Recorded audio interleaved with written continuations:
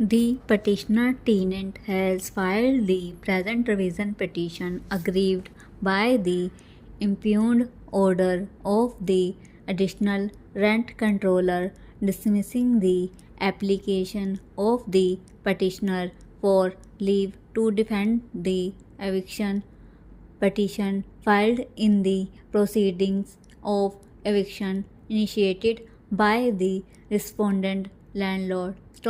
The respondent filed an eviction petition under section 14 (1) of Delhi Rent Controller Act 1958 against the petitioner.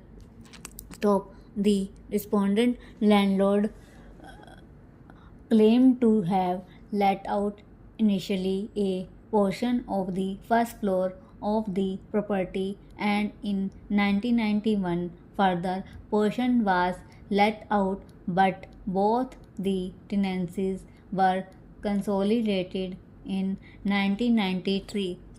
The premises was stated to be set out for residential purposes, and the possession was sought on the basis that the premises were required bona fide by the respondent landlord and there was no other alternative suitable reasonable accommodation available to him. Next para. The first plea raised by learned counsel for the petitioner in that in view of the averment in the affidavit in support of leave to defend application to the effect that the premises were let out for residential commercial purpose.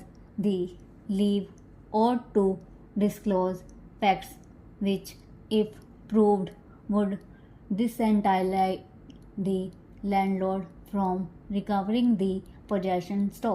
But as per the ruling of the Supreme Court, the stage of deciding the leave to contest the application was a stage of judging the plausibility of defense, and the stage of proof was later. That the plea of the petitioner has thus to be considered within the aforesaid parameters.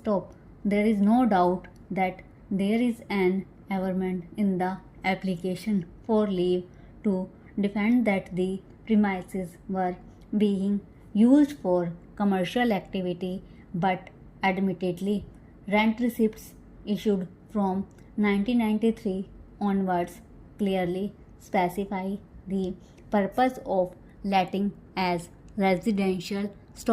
Before that, the purpose of letting was not at all mentioned.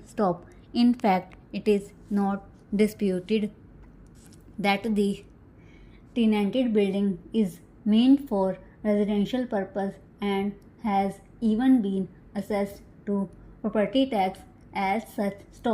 In view of all these facts, the additional rent controller found the purpose of letting to be residential. Next. In my considered view, this finding of the additional rent controller does not require to be interfered with. No doubt the stage for the test of substantial defense had not arisen, but there has to be at least a plausibility of defense.